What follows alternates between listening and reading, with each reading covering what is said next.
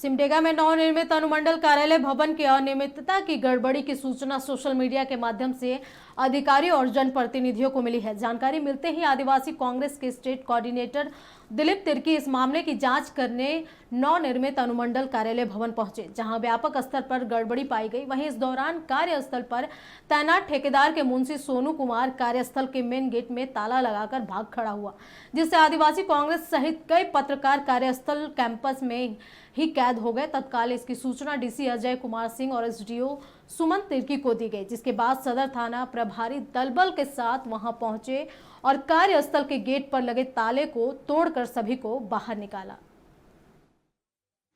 ये जो हमारा सिमडेगा में अनुमंडल भवन बन रहा है, ये बहुत ही बड़े लागत, लगभग 8 करोड़ की लागत से ये अनुमंडल भवन बन रहा है और इसमें बहुत सारी अनियमितताएं हैं। और कल किसी ने हम लोगों को गुप्त सूचनाएं दी है यहाँ से लेकर के स्टेट तक में कि यहाँ पर करोड़ों का घोटाला हो रहा है।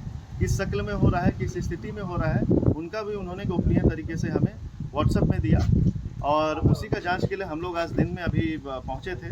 और पहुँचने के बाद यहाँ के जो ये देख रेख करने वाले जो भी है मुंशी वगैरह, तो इनका नाम सोनू है। इन्होंने हमसे बदतमीजी भी किया, अंदर में कुछ गाली गलौज करने की भी कोशिश किया। और अभी आप देख रहे हैं कि हमारी गाड़ी इधर अंदर में है और इन्होंने बाहर से ताला लॉक करके हमें यहाँ पर किडनैप कर लिया है।